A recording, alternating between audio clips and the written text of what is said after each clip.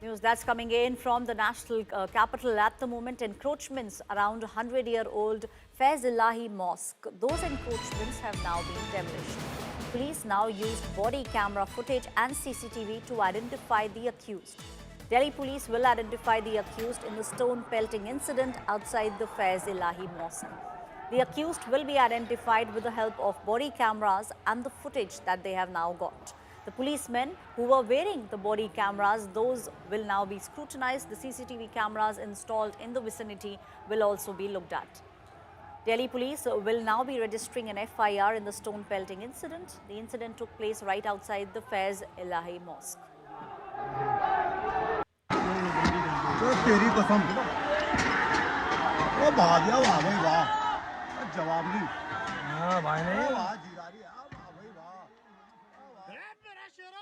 My colleague Arvind Doja is now joining me on the story.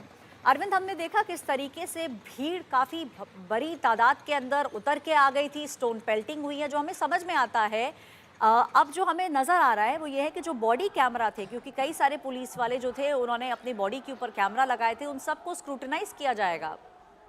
बिल्कुल, और इस मामले में दिल्ली पुलिस जल्द ही FIR भी दर्ज करने जा रही है। हालांकि दिल्ली पुलिस ने देर रात ही अपनी जो तैयारी है वो मुकम्मल कर ली थी, पूरी तरह से तैयार थी। 17 से ज्यादा जो JCB मशीन है, बुलडोजर, वो लगाया गया था, भारी फोर्स लगाई गई थी क्योंकि डेमोलेशन होना था और उसको लेकर दिल्ली ट्रैफिक पुलिस ने एक एडवाइजरी भी जारी की थी। देर रात जब डेमोलेशन ड्राइव चल रहा था तब कुछ असामाजिक तत्वों ने स्टोन पेल्टिंग की दिल्ली पुलिस की तरफ, जिसके बाद दिल्ली पुलिस ने टीयर गैस की सेल छोड़ी। अब दिल्ली पुलिस जो आसपास के CCTV कैमरे हैं उसकी मदद से जो आरोपी है जिन्होंने स्टोन पेल्टिंग की उसकी पहचान करेगी। साथ ही साथ दिल्ली पुलिस के कई जवानों ने बॉडी कैमरा लगाया हुआ था, उसमें काफी कुछ रिकॉर्ड हुआ है, उससे भी जो आरोपी है उनकी पहचान की जाएगी और कुछ दिन बाद दिल्ली पुलिस इस मामले में FIR भी दर्ज करेगी क्योंकि कुछ पुलिस कर्मियों को स्टोन पेल्टिंग के दौरान चोट भी आई है, जिनका इलाज करवाया जा रहा है। तो कल देर रात ये हंगामा हुआ। हालांकि दिल्ली पुलिस ने अपनी तैयारी पूरी की हुई थी, प्रॉपर तैयारी थी। पैरामिलिट्री फोर्सेस के जवान तैनात थे रामलीला ग्राउंड से लेकर फैज इलाही मॉस्को के आसपास तक। लिहाजा स्थिति फिलहाल पूरी तरह से नियंत्रण में है, लेकिन जल्द ही इस मामले में FIR दर्ज होगी और जिन लोगों ने स्टोन पेल्टिंग की थी उनको कानून के दायरे में लाया जाएगा। जी अरविंद, बहुत बहुत शुक्रिया ये सारी जानकारी के लिए। In fact my colleague Himanshu Mishra was right at the spot and he's filed this report from the spot. सीधी तस्वीरें इस वक्त मैं आपको मौके की दिखा रहा हूं।